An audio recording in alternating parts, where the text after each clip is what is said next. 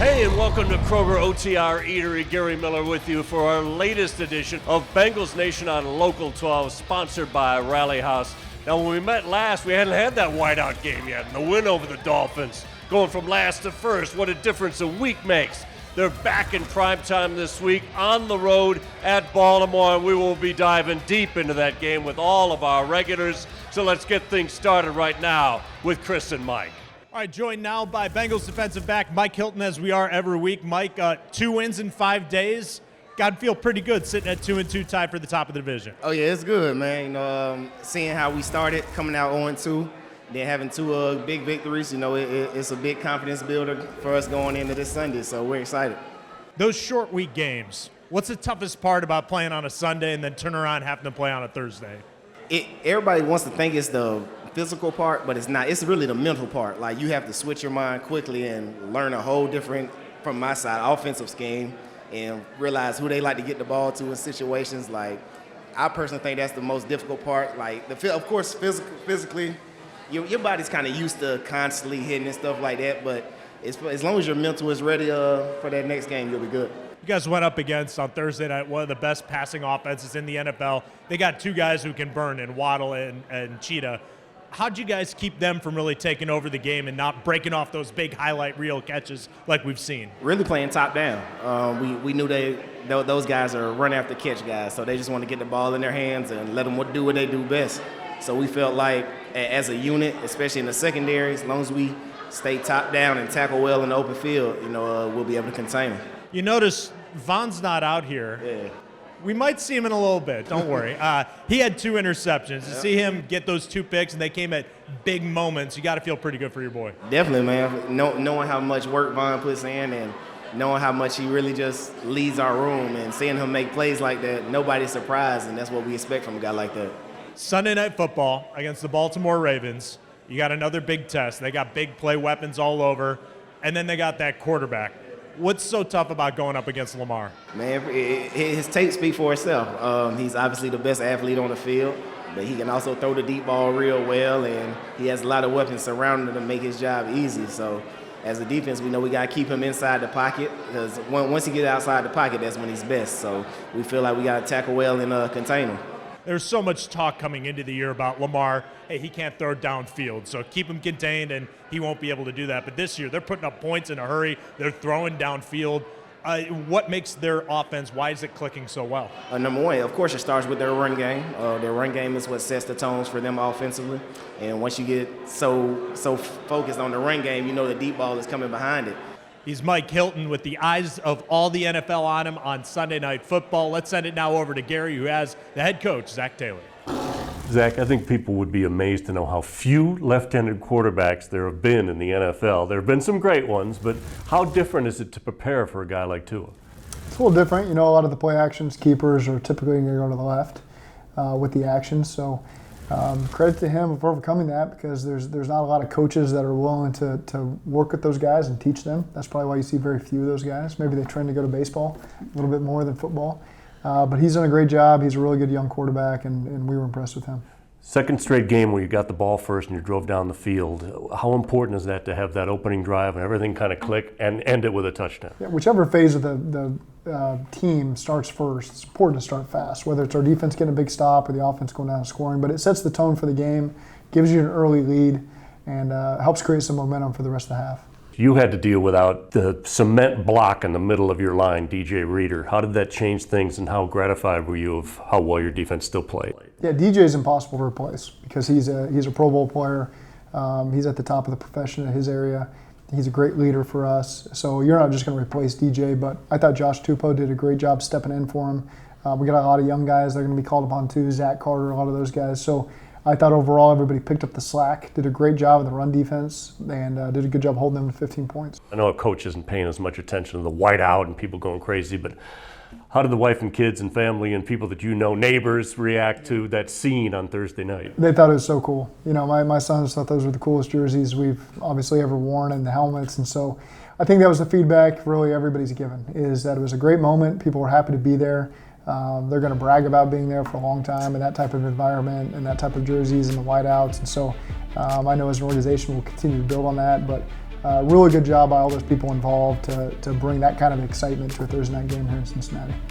Lots more to get to with the head coach. I'll ask Zach for the lowdown on this latest link up with Lamar Jackson, and we'll have our latest locks with Faux Rock.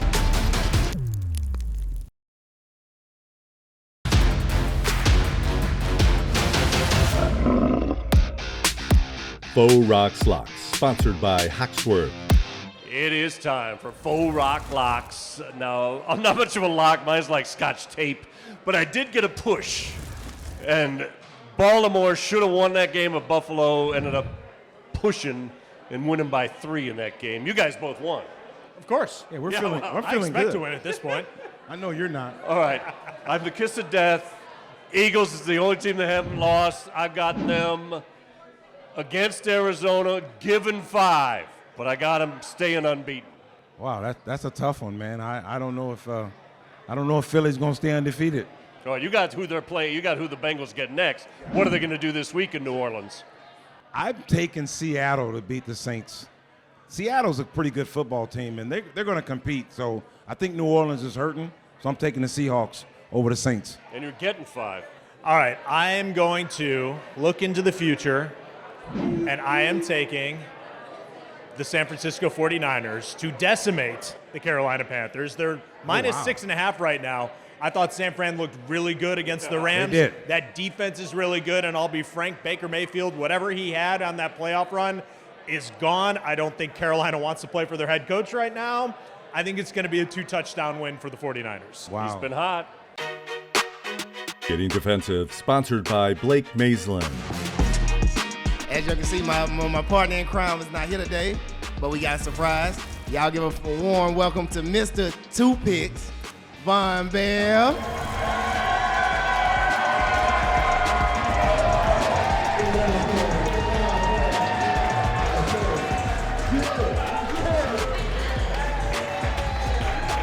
What's good? What's good? It feels good to be back. Vonn B, what's up, man? What's going on? How you feeling? Chilling right now. Ready to make some more plays. Man, look, think about where we started. We were 0-2. Yeah. Now we back at 500 with a big game against Baltimore on Sunday, man. How you feeling? Where's your confidence level? The confidence at a high level, especially the room. Guys are They're just flowing with the game plan, just everybody being relaxed, everybody going ready to make plays. So I feel the energy in the room, and I feel it on the team for sure. Okay, 2 Picks, Thursday night on prime time. The whole world. Man. The whole world is watching. I just want to talk about that first one because you made a heck of a catch, and a lot of people don't know you actually grabbed it in one hand. So just tell everybody how that went. Man, we got in a too-high safety look early on, and we saw how Tyreek and Waddle was trying to split the safeties. And what Coach Chuck was reiterating all week is how the ball was going to be short. And I said, man, this ball is going up. I seen it out the periphery of my eyes. I said, it got to be mine. And so I just made a play on the ball for the team, and the man trying to get the ball back to the team and put the offense in a great field position. Big play, man. And then the game winner, the one that put the game away. Tell everybody about that one. Man, I thought Logan was going to hit it. And I just got underneath it. I was like, man, God is good. But I said preach. Man, but I got hit on the return. That was so crazy. But I was just thinking about just the guys in the room and we just laying it all out there for one another. So that was, to me, the most important to me. I say one name to you, Lamar Jackson. What comes to your mind? Dynamic player, man. I know, but he's a very dynamic player, and all the respect for him. And he's the engine and motor for that team, and we know what we got to do to eliminate him with great communication this week and just really just taking the ball out of his hands. So that's going to be the biggest key this week. Division lead is on the line Sunday night, prime time. It is. And, you know. Yeah, it is. Who they? But Who they? But man, like I said, you know, our division lead is at stake on Sunday night, man. The whole world is watching again. Like, what are the keys to victory? Communication is number one for our room. This was the game plan, eliminating their playmakers at 89, and tackling. And because they're gonna try to run the ball, they're gonna try to bully us and whatnot. That's what they say, but whatever. and we just got to go around and make plays and just be ourselves. That's the biggest thing for us. That's it, man. We got to take care of business Sunday, man. Take care of business. Everything's on the line. So, V, I appreciate you, man. Usually I know you my host with me, but now we on the opposite side. So, I appreciate you doing this, bro. Always, brother. For sure, man. See y'all next week. See you next week. Earning Your Stripes, sponsored by Rally House. When you look at Lamar Jackson, how does he compare what you've seen so far this year back to an MVP candidate, to his MVP season, or Lamar at his best? Where is he in your estimation? Well, he's just, he's such a special passer, and he can extend plays and make any throw on the field with tremendous accuracy. But at the same time, the element that he brings that other people don't is, I guess, against who were they playing? He had the 70-yard touchdown run against Miami. It was, they zero blitzed him on 4th and 1, and he took it 70 yards for a touchdown. And so, if you're just out of your gap or you misstep, he's got a chance to take you to the house. And so that's just an element that you usually don't deal with playing against another NFL quarterback. So not only is he a Pro Bowl caliber passer, but he's got the running abilities that stress you so much as well on top of that. You love turnovers. Vonn Bell had an incredible game for you. What's your reaction when you see, especially the second one that kind of sealed the game? What hash are we going to be on to call the next play? But no, those were big turning points in the game. The first one in the first half gave us a lot of momentum on the big play down the field they picked off. And then at the end of the game, they were driving to go score and potentially take the lead. And so that's a game-sealing interception. And then to flip the field for us to where we can then go score. The head coach takes us to his Telestrator and diagrams the plays that did in the Dolphins, including our own Vonn Bell's ball hawking.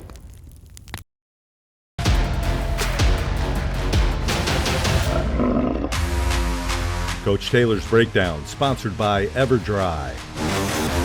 The first one you're going to see here is the interception that Vonn Bell had, really to help seal the game, put the offense in position to go score a touchdown.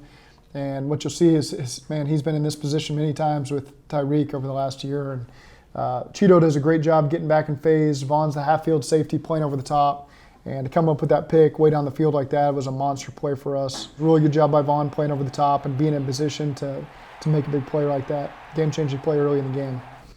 Then you look at the 3rd and goal. So this is a 4-point play right here. If they kick a field goal, as opposed to scoring a touchdown, we save 4 points right here. So you're going to see Trey Hendrickson doing a great job right there, really getting the pressure, and a little dicey right there. It looks like he's maybe being held up and can't get out of that grasp there, but that's a great job by Trey. Great effort there by B.J. Hill. Great job by Logan Wilson getting involved here. Great job by Jesse. And all these DBs, Mike Hilton trying to get under the play there. So that was a big 4-point play for us. Great job on the goal line, staying there on 3rd and goal by our defense. So good stuff there. Then you look at the 3rd and 1 they had late in the game, and you're going to see Logan Wilson play over the top here. So we're in a really tight front. You're going to see Jermaine coming off the edge. You're going to see these guys. BJ's doing a great job winning up front, but Logan Wilson scraping over the top, fitting up the back, right in the gap and driving him backwards. So good job by Vonn getting in on it, Jermaine getting in on it. And just a big-time play in the game that forced them to punt. This is the other interception that Vonn had. This is the one at the end of the game. And really the play starts with the play call. It's a great job by Lou bringing pressure off this backside here. So Akeem Davis-Gaither right here pressures him into making a quick decision. You can see Logan Wilson right here in the throwing lane, and then in a too-high look, Von's right there behind him. And then stealing some yards back on this catch. So there's going to be a ball on about the 9-yard line. And he got us back across the 50, and then the offense was able to score a touchdown a couple plays later. So that was a big-time play in the game and helped us earn the win. This is the 3rd and 1 that we scored on. Great combinations up front. Good job by Mixon running his feet. You can see all the offensive linemen and tight ends getting in here for some push. And you can see the excitement there on the opening drive. And that's the kind of emotion we want to play with. And that's what a connected team looks like. So that was good stuff. We realized quickly in this game that they were going to play what we call double-double. So they were going to put 2 guys on Jamar and 2 guys on TB. And they were going to leave Hayden one-on-one, and they were going to put one of the best corners in the league right here, number 25, Xavier Howard, on T. Higgins, and expect to win. And so we just attacked that matchup there with T. T does a great job stacking him on the go route. Protection's great. Joe does a good job getting the ball out of his hands, and T does the rest there, pulling through that tackle and going and scoring a touchdown. And then this is the last one we got here, is a goal line pass. So we're in 23 personnel right here, 2 backs, 3 tight ends, trying to get some window dressing, get them to put big people on the field. Mitch is going to run the corner route. They're going to tackle him and get a penalty. And Hayden's going to sneak back on the backside. And good touch there by Burrow. Good job on the finish. When Bengals Nation returns, we check in with Zac Taylor one more time before the big showdown on Sunday Night Football against Baltimore. This is my glory.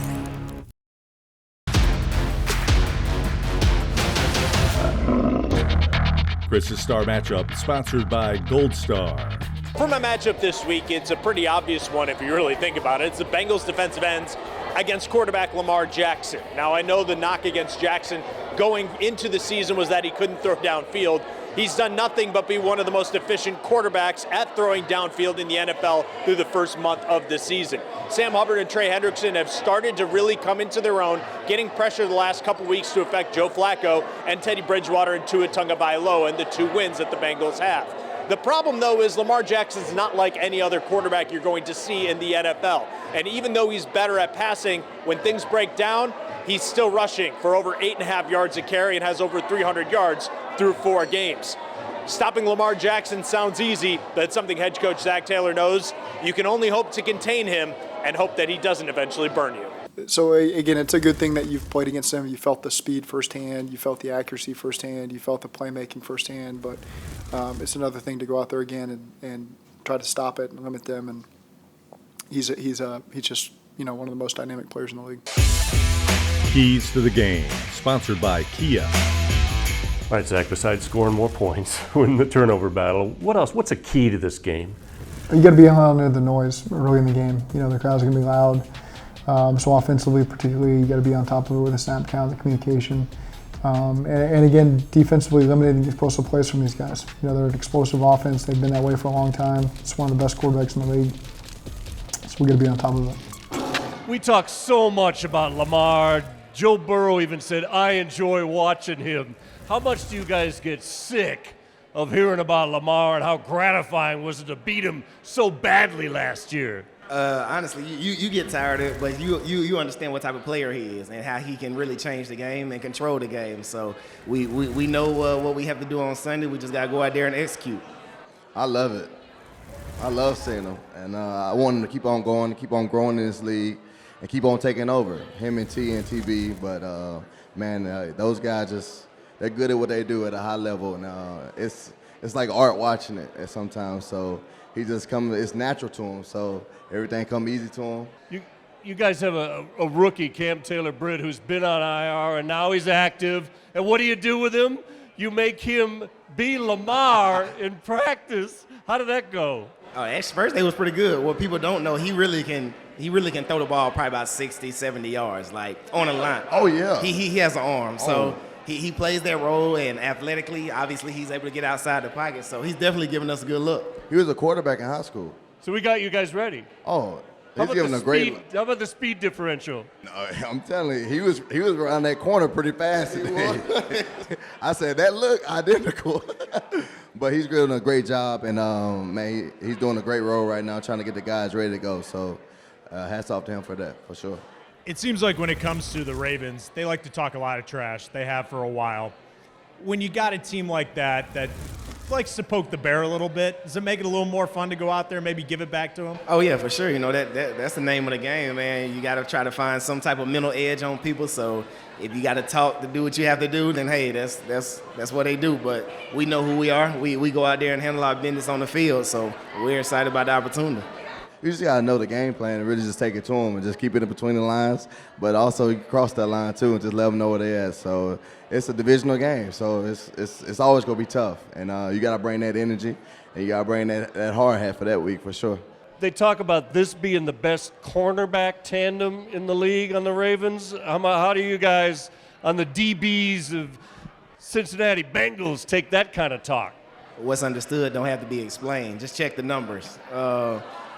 We know who we have in our room, so we're confident in each other, man, and we know in our building, like, we know what we got. So we're like, we have no stress, no worries. How do they get that reputation? I mean, they're giving up chunks of yardage. Mike said it best. I'm not going to get into that. You guys had a mini bye this week. Do anything fun? What do you do when you don't have to play on Sundays? Man, me, father of 2, so that's where a lot of my time went. But, just refreshing your body, refreshing your mind, and obviously on Sunday, sit down and watch football all day, and it was a good weekend. I travel a little bit. I can't give too much detail. I was in Miami back at home, so some little sun. Hey, got to get it before it snows, right? For sure. Do you expect a shootout? Is that kind of way? I know defensively you we don't don't think so. We don't want but are you preparing for one of the most high-powered offenses you faced? So I'll be honest. I feel like if we get into a high-powered shootout, that's leaning towards us in our offensive weapons. We know the guys we have on our offensive side of the ball, and we know what they can do. So as a defense, we know even if it's a shootout, we get one stop or one more turnover, that could change the game. So we're excited about that, man, and go do it on prime time Sunday night. I'm rooting for a defensive game under the bright lights. I love those types. Who's going to make the play? 0-0, 2-minute warning, perfect game. I want like 10-7. 10-7. Yeah, It's a Big Ten guy. That's a Big Ten score right there. Yeah. What's it like? Another guy on their team that's tough to deal with is Mark Andrews. I mean, what's it like to tackle him in the open field, and what's the key to getting him down and containing some of his progress? In my opinion, I think he's the best tight end in the league. He makes a lot of plays for their offense, and he doesn't get recognized for really what he brings to the offense and knowing how explosive he is. And his run after catch, he definitely doesn't go down in the first hit. So we got to make sure we get a lot of bodies around him when he has the ball. He's a very big human being, I can tell you that. But he is Lamar's guy, and he always finding him. He always working to get open. Lamar's buys time with his feet. And, man, his catching traffic ability and just finishing plays it's bar none. Like Mike said, man, he's definitely one of the tops at his position at this league. And it's like, it's always great to go against him and competing against him, and it makes everybody raise the bar for sure. Do you guys know the Bengals song? How did you get to know it? And, because you guys, when you win, that's what you sing in the locker room. It was different for me at first, because it was Who Dey, and I was used to Who Dat, and it was like, I'm like, are they saying this? I was confused. But it's catchy for sure. TV though. So for me, obviously playing for Pittsburgh, I didn't know too much about the Who Dey and everything, so I was like, what is that? And then as I got here, we started winning, and they started doing the chant. The crowd started doing the chant. I'm like, all right. Being on the other end, it's pretty cool, so I enjoy the chant. I enjoy it. And with that, who they say they're going to beat them Bengals? No.